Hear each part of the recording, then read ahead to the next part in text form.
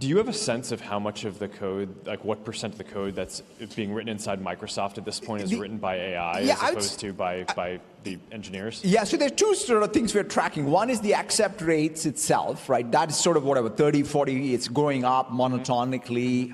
And it depends, like one of the big challenges we had for a long time is a lot of our code is still C++, C Sharp, and C Sharp is pretty good, but C++ it was not that great. Python is fantastic. So we've now get better at that. So as language support has increased, the code completions have gotten good.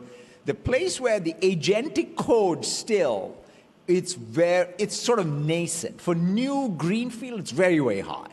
But as I said, nothing is greenfield in many cases. And so therefore, I would say maybe at this point, the PR, by the way, code reviews are very high. So in fact, the agents we have for reviewing code, that usage is increased. And so I'd say maybe 20, 30% of the code that is inside of our repos today in some of our projects are probably all written by software. What about you guys?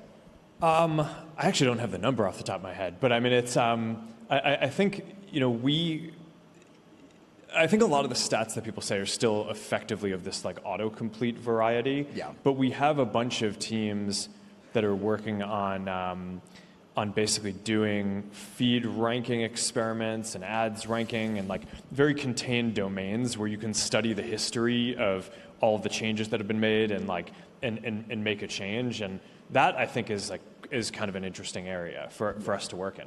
But the big one that we're focused on is building an AI and a machine learning engineer to advance the Llama development itself, right? Because I mean, our bet is sort of that in the next year, probably, I don't know, maybe half the development is going to be done by AI as opposed to people, and then that will just kind of increase from there.